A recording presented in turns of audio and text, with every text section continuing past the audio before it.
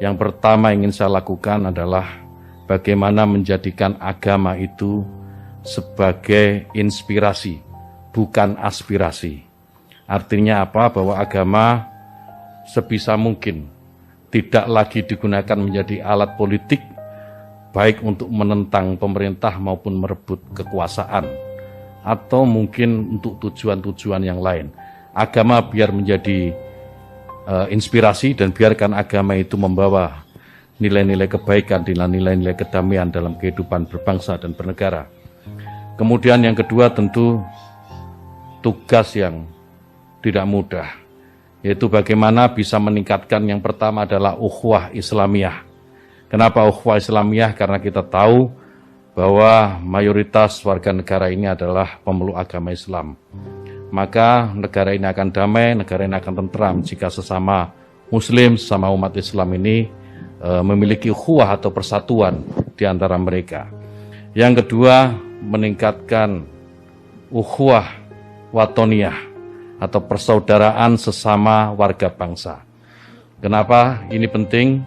Karena kita tahu bahwa Indonesia ini merdeka, Indonesia ini lepas dari jajahan kolonial, itu karena perjuangan oleh semua agama, bukan hanya Islam. Umat Muslim, kaum Kristiani, Hindu, Buddha, Konghucu, dan semua agama yang ada di Indonesia pada waktu pergolakan kemerdekaan mereka terlibat. Sehingga maka penting ukhuwah watoniyah ini kemudian kita bangkitkan kembali, agar tidak ada satu kelompok pun, tidak ada satu agama pun yang mengklaim merasa paling memiliki negara ini. Semua berhak memiliki negara ini. Kemudian yang ketiga, ukhuwah basariyah, persaudaraan atau persatuan sesama umat manusia. Saya sering mengutip dalam beberapa kesempatan apa yang disampaikan sahabat Nabi, sahabat Ali karamallahu wajhah, bahwa mereka yang tidak saudara dalam iman adalah saudara dalam kemanusiaan. Perkara Kemenak Yakut soal Syiah dan Ahmadiyah. Fadlizon, siapa menabur angin akan menuai badai.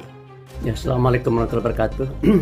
Ya, sehubungan dengan adanya rencana dari Menteri Agama yang baru untuk mengafirmasi Syiah dan Ahmadiyah, ya saya membawa Menteri Agama untuk berhati-hati, ya, karena masalah ini adalah masalah yang sangat sensitif karena dia bersifat teologis. Islam itu satu, tak terbelah zaman Rasulullah SAW. Tapi sekarang ada Sunni, ada Syiah, ada Ahmadiyah. Ahmadiyah bukan Islam. Ahmadiyah bukan Islam. Karena Ahmadiyah nabinya adalah Mirza Ghulam Ahmad. Sedangkan kita la ilaha illallah Muhammadur Rasulullah. Ahmadiyah bukan Islam. Makanya Ahmadiyah diusir dari Pakistan. Tak ada, diusir dari Pakistan. Negara Pakistan mengusir Ahmadiyah, out. Akhirnya Ahmadiyah diterima di Inggris. Pusat Ahmadiyah sekarang di Inggris.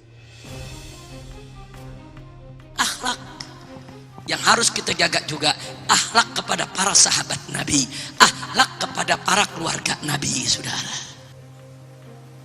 Ini sekarang kurang ajarnya lagi. Yang Syiah datang caci maki sahabat Nabi. Kalau sekarang tahu-tahu muncul ada orang-orang sok pinter, saudara, di atas mimbar teriak menghina para sahabat Nabi, merekehkan Sayyidina Abu Bakar, Sayyidina Umar, Sayyidina Utsman, Sayyidina Ali, merekehkan istri-istri Nabi, saudara, seperti Sayyidah Aisyah, Sayyidah Hafsah. Siapa mereka, saudara? Punya terhadap Nabi, tidak punya jasa terhadap perjuangan Islam, sok menghina para sahabat Nabi, sok menghina para keluarga Nabi. Kurang ajar.